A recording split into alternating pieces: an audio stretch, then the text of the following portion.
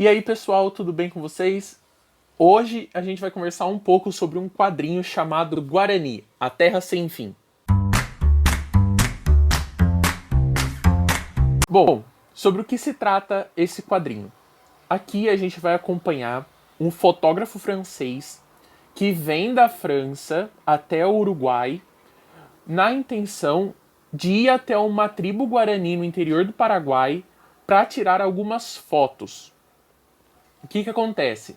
O Pierre Duprat, que é esse fotógrafo aqui, ele é responsável por tirar fotos e vender fotos exóticas na Europa, que eles chamam de fotos antropológicas.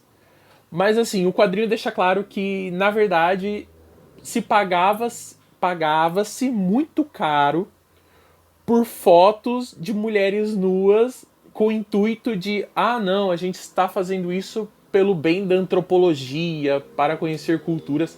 Mas aí ele já deixa claro que não tem nada a ver com isso. O Pierre Duprat, ele vai fazer essa jornada durante a Guerra do Paraguai. Na minha opinião, quando a gente vê a Guerra do Paraguai na escola, que é quando a gente tem o contato, né, com os acontecimentos, a gente tem uma visão muito superficial, digamos assim. A gente vê os motivos da guerra, algumas coisas poucas que acontecem ali no meio da guerra, as repercussões que ela teve no Brasil e só. E é interessante ver esse relato do que acontece com os soldados durante a guerra.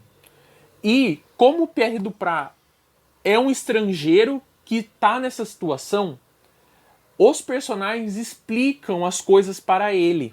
Então é um quadrinho bem didático no quesito de explicação do que está acontecendo ali na hora.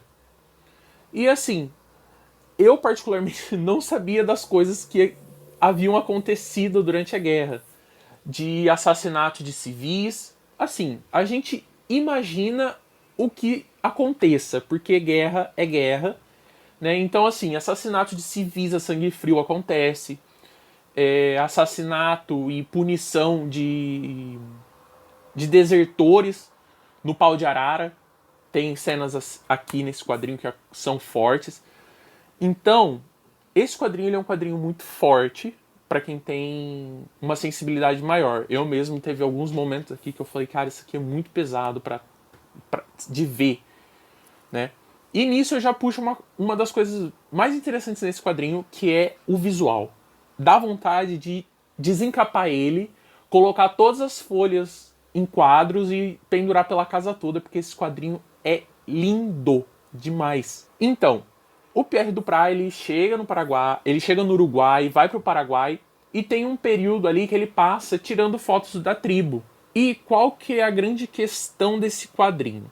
A gente tem, né, toda a contextualização do povo ali, dos ajudantes desse fotógrafo, dizendo para ele o que está acontecendo, ele na tribo em si, tirando as fotos das índias, e nesse percurso dele vai sendo deixado claro que o Paraguai já está nos últimos momentos dele. É um país que ele não aguenta mais a guerra, ele está exonerado, todos os recursos já foram tirados do país para investir nessa guerra.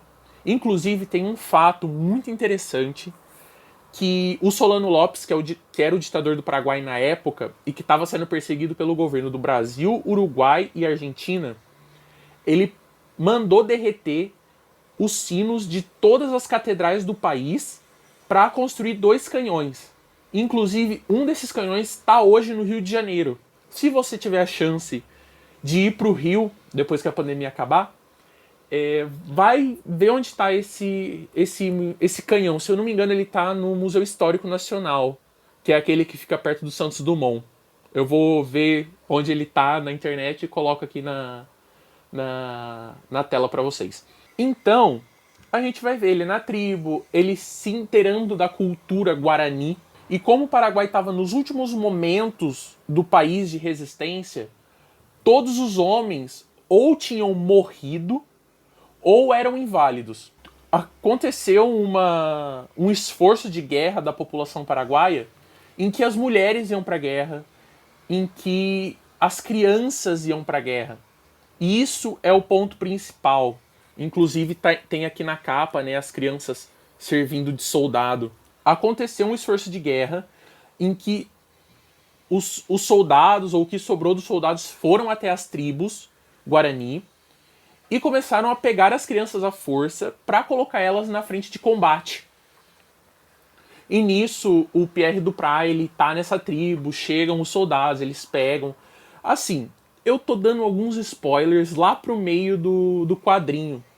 Só que é uma baita de uma experiência acompanhar essa história. Ai, Pirangi, eu não sei se eu compro, eu não sei se eu vou ler, eu não sei o que eu faço. Cara, esquece tudo que eu tô falando, vai e compra agora esse quadrinho, porque isso daqui é pra você ter na sua coleção, pra guardar 7 chaves, porque isso aqui é fantástico, fantástico. Eu que gosto de história, me comover com uma história dessa sendo contada de um período histórico que é muito esquecido pelos brasileiros, né? A gente tem essa memória de esquecimento, né? E quando se lembra da Guerra do Paraguai, é uma coisa que aconteceu trocentos anos, né? E é interessante ver isso daqui sendo contado de uma maneira tão delicada e tão crua. Eu senti que tem uma crueza assim na hora de contar, sabe?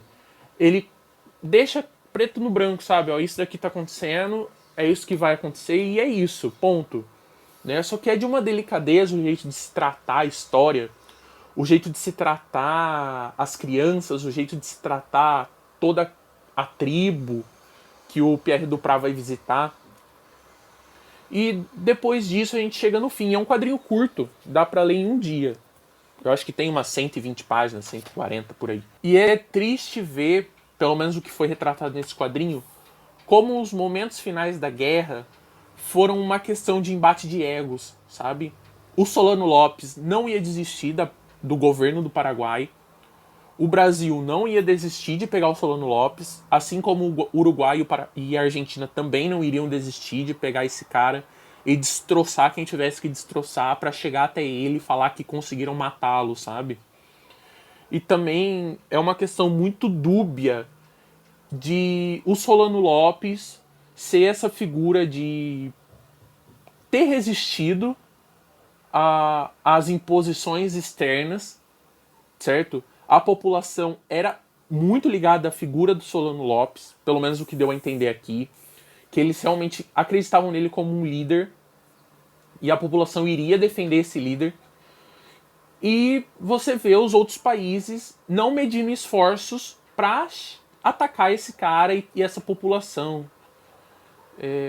E assim, aí a minha impressão é que os governantes mandavam as pessoas atrás do Solano Lopes,